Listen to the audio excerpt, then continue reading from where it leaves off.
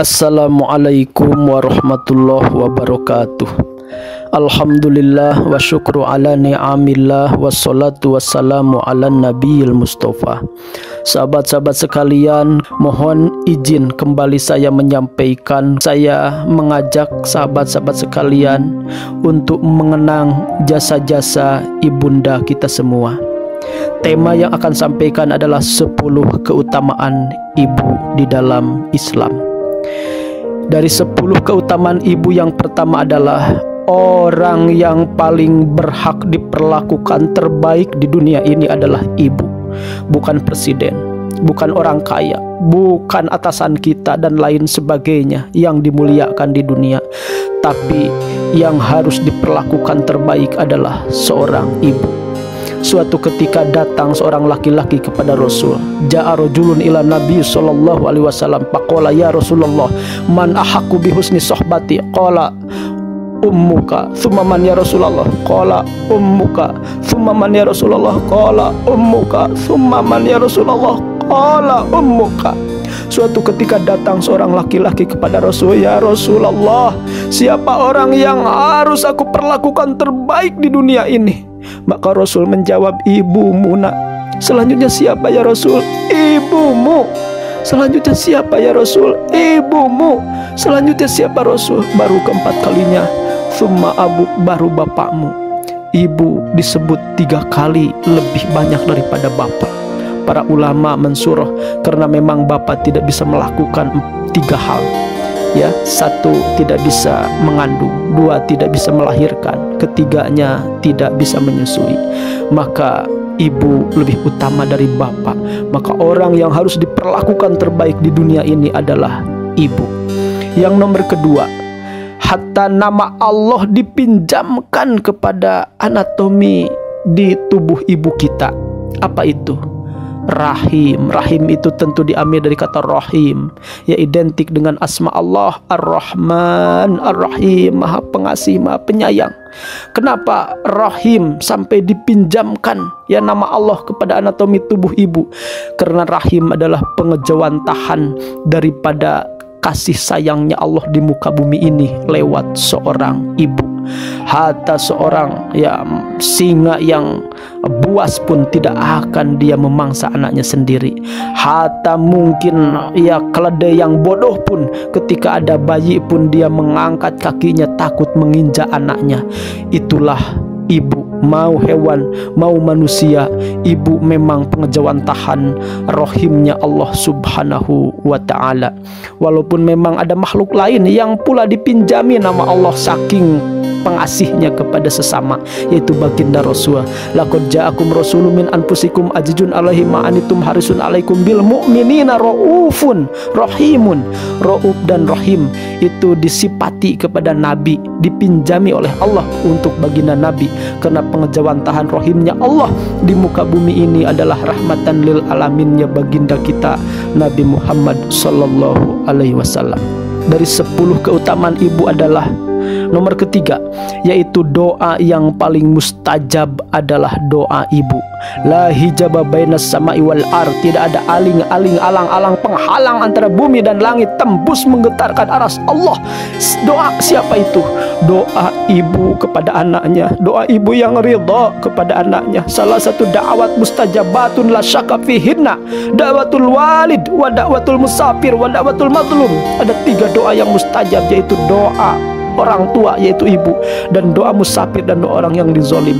Maka saya heran banyak orang yang datang ke kiai ini, ke ustadz itu, apalagi nauzubillah sampai datang ke dukun untuk dapat ini itu, ya, minta doakan ini itu, padahal ada seseorang sosok yang doanya mustajab, dan kalau dipanjatkan dengan berangkat dari keridhaan hatinya, maka bisa menggetarkan aras Allah. Mustajab doanya siapa?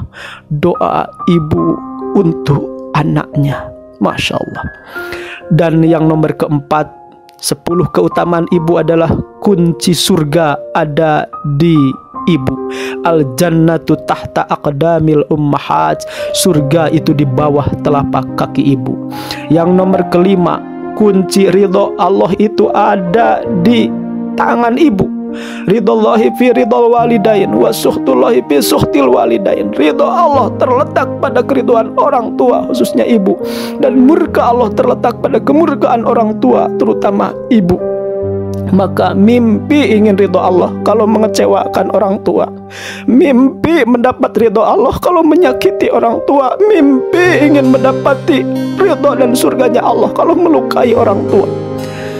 Yang nomor ke-6, keutamaan ibu adalah amal buruk semuanya akan dibalas di akhirat, kecuali durhaka kepada orang tua, khususnya kepada ibu.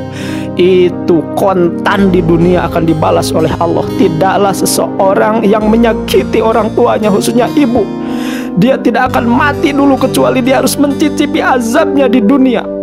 Isnani yu'ajiluhumullahu fid dunya adzaban, az-zani wal uquq lil walidain. Ada dua perkara yang balasannya didahulukan di dunia, yaitu satu pezina. Maka HIV atau AIDS itu belum ada obatnya sampai sekarang. Kenapa? Pezina dibalas dulu di dunia.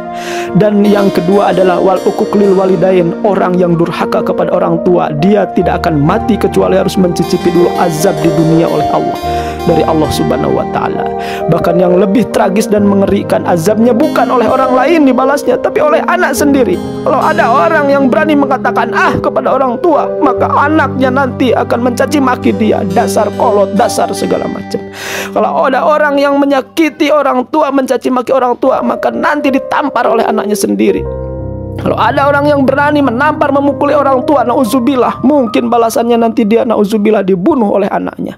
Maka hati-hati yang pernah melukai, menyakiti orang tua, karena mungkin nanti diazabnya, dibalasnya oleh anak kita sendiri. Yang nomor ke-7, mengundang laknat Allah jika mendurhakai orang tua. La'anallah man sabba ummah wa la'anallah man sabba abah. Allah melaknat orang yang membentak ibunya, dan Allah melaknat orang yang membentak bapaknya. Maka hati-hati akan mengundang laknat Allah. Dan yang nomor ke-8, keutamaan ibu adalah pesan khusus oleh Allah untuk manusia. Pesannya khusus. Kalimatnya, wa wasainal insana biwalidayhi hamalathu ummuhu wahdan ala wahdin wa fisaluhu fi amain anishkur li walidayki ila akhirih.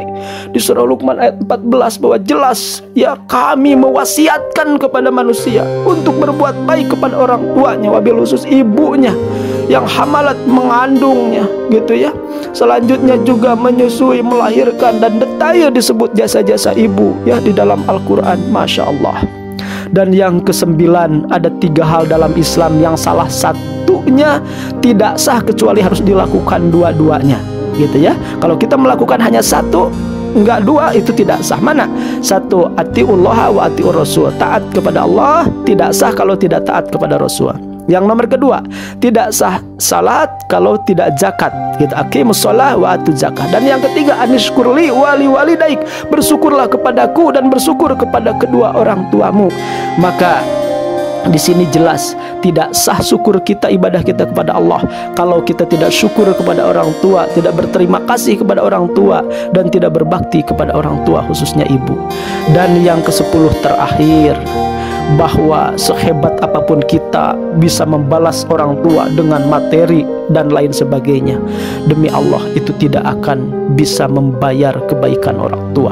Suatu ketika Utsman bin Affan dengan lantang mengatakan, jasa ibu bapak nggak mungkin dibalas oleh kalian. Tapi ada yang ngacung, saya sudah membalasnya. Saya 15 tahun diurus oleh ibu saya, tapi ketika saya 15 tahun ibu saya stroke dan saya ngurus ibu saya 20 tahun. Jadi saya diurus 15 tahun, tapi ibu saya diurus oleh saya 20 tahun. Jadi ibu masih punya hutang ke saya 5 tahun. Utsman bin Affan tiba-tiba memanggil pemuda itu, ta'al, kesini kamu.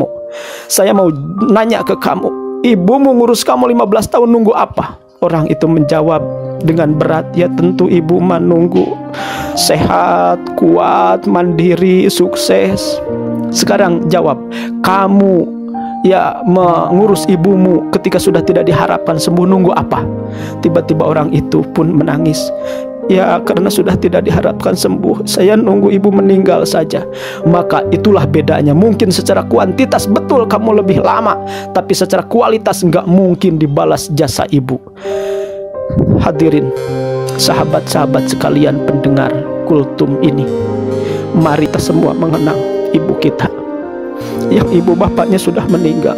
Kirimi dengan doa, Rabbik firli wali walidaya warhamhuma kama rabbayani shaghira. Yang masih ada, mari kita berjanji untuk berbakti di sisa usianya. Mari kita sama-sama mendoakan dan berbakti kepada orang tua kita. Mudah-mudahan yang dimana jadi titik balik kita untuk menghabiskan sisa usia dengan berbakti kepada orang tua mumpung masih ada, dan yang sudah tiada mari kita jangan lupakan untuk mendoakannya dan berwakaf bersodakoh atas namanya, insya Allah mengalir ke alam barzahnya. Sekian akhirul kalam. Assalamualaikum warahmatullahi wabarakatuh.